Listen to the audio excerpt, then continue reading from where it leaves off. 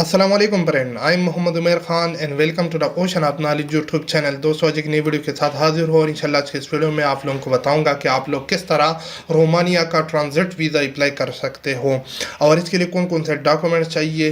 तो सारी इन्फॉर्मेशन आप लोगों को इस वीडियो में मिल जाएगी, तो इस वीडियो को लास्ट तक देखते रहे।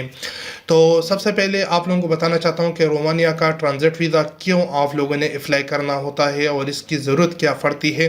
फॉर एग्ज़ाम्पल आप यूक्रेन जा रहे हो और फॉर एग्जाम्पल वहाँ पे स्टडी के लिए जा रहे हो, लेकिन आप लोगों को पता है यूक्रेन का अभी जंग चल रहा है। आप वो यूक्रेन डायरेक्टली उसकी एयरपोर्ट पे लैंड नहीं कर सकते, वहाँ पे नहीं जा सकते। इससे पहले मोल्दोवा का सिस्टम था, वहाँ पे लोग जाते थे और उसके थ्रू फिर यूक्रेन जाते थे। तो मेरे ख्याल में अभी वो सिस्टम बंद हो गया है। तो अभी जस्ट आप लोगों के पास दो रास्ते हैं यूक्रेन जाने के लिए, या तो आप पोलैंड का वीज़ा अप्लाई करें ट्रांजिट वीज़ा, या रोमानिया का। लेकिन दोनों का मतलब पोलैंड का भी आसानी के साथ अपॉइंटमेंट नहीं मिल रहा और जो रोमानिया है उसका भी अपॉइंटमेंट नहीं मिल रहा। लेकिन मैं आप लोगों को जस्ट तरीक़ाकार समझा रहा हूँ जो मुझे पता है। आप रोमानिया का ट्रांजिट वीज़ा किस तरह अप्लाई कर सकते हो अपनी तजर्बे की बुनियाद पे जस्ट आप लोगों को इन्फॉर्मेशन दे रहा हूँ, ठीक है। अगर आपको हमारी कुछ चीज़ों की सर्विस चाहिए तो हम आप लोगों को दे सकते हैं। तो इसमें आप लोगों को डॉक्यूमेंट्स क्या रिक्वायर्ड होगी, रोमानिया ट्रांजिट वीज़ा रिक्वायरमेंट्स हो।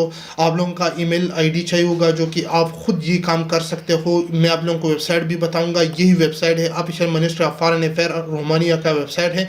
यहाँ पे आकर अप्लाई पे क्लिक करोगे तो उसके बाद जो जो इन्फॉर्मेशन वो आप लोगों से पूछी जाएंगी तो आप लोगों ने खुद इन फॉर्म को फिल कर सकते हो तो कर दे, अगर नहीं तो हमारी सर्विस आप लोग ले सकते हो।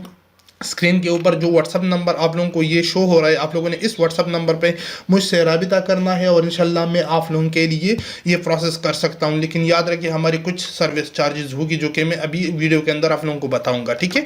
तो आप लोगों का ईमेल आईडी चाहिए इस सर्विस के लिए। इसके अलावा आप लोगों का पासपोर्ट स्कैन कापी चाहिए जो कि आप खुद वहाँ पर अपलोड कर सकते हो।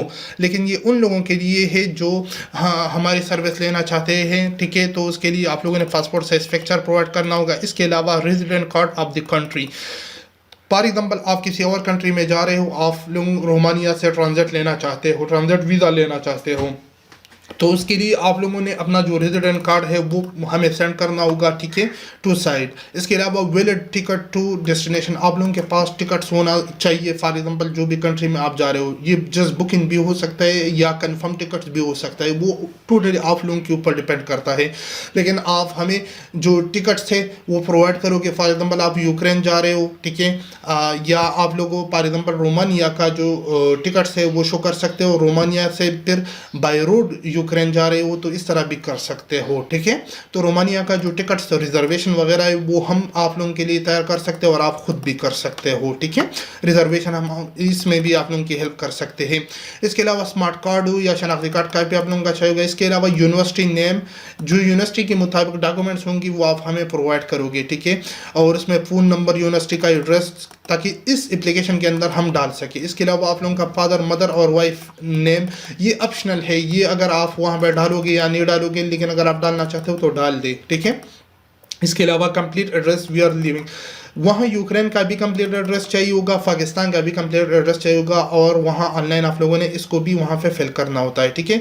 एनी अदर सपोर्टिंग डॉक्यूमेंट्स, अगर आप लोगों के पास बैंक स्टेटमेंट या कोई और सपोर्टिंग डॉक्यूमेंट्स है तो वो यहाँ पे आप लोगों इस मिनिस्ट्री की वेबसाइट के अंदर जाकर अपलोड कर सकते हो, ठीक है। इसके अलावा अगर आप हमारी सर्विस लेना चाहते हो तो $15 हमारी सर्विस चार्जेस है। और याद रखें कि हमारा काम जस्ट यही है कि आप लोगों के लिए फॉर्म फिल करें। उसके बाद आप लोगों को पता है ना रोमानिया का अपॉइंटमेंट मिल रहा है ना पोलैंड का मिल रहा है। अपॉइंटमेंट लेना ना देना वो आप लोगों का खुद का काम है। मैं आप लोगों के लिए वीज़ा फॉर्म फिल करूंगा, वो एम्बेसी की तरफ फॉरवर्ड हो जाएगा। एम्बेसी आपको रिस्पांस देगा 2 वीक से लेकर 4 वीक के अंदर अंदर कि आप लोगों को मैं अपॉइंटमेंट दे रहे हैं, इस डेट को सेलेक्ट करिए। तो जो डेट्स वहाँ पे शो होगी आप लोगों ने उसी डेट को ही सेलेक्ट करना होगा। इसके अलावा कोई और सोल्यूशन नहीं है, जस्ट हम फॉर्म फिलिंग सर्विस दे रही है। अगर आपको हमारी फॉर्म फिलिंग सर्विस चाहिए तो आप लोगों को व्हाट्सअप नंबर बता दिए, इस व्हाट्सअप पे वॉइस मैसेज या टेक्स्ट मैसेज करें, हम आपको इंशाल्लाह रिस्पांस देंगे, ठीक है। और ये जो फॉर्म है आप लोगों को तरीकाकार समझाए, इससे पहले भी वीडियो बनाई है रोमानिया वीज़ा किस तरह आप लोग अप्लाई कर सकते हो, तो उस वीडियो को देखकर आप लोग ट्रांजिट वीज़ा भी खुद अप्लाई कर सकते हो। तो उम्मीद करता हूँ कि आज की वीडियो आप लोगों को पसंद आएगी। अगर वीडियो पसंद आई तो वीडियो को ज़रूर लाइक करें, चैनल को ज़रूर सब्सक्राइब करें। तो मिलते के लिए वीडियो में मुझे दी इजाज़त, अपनी दुआ में याद रखिए। अल्लाह हाफिज़।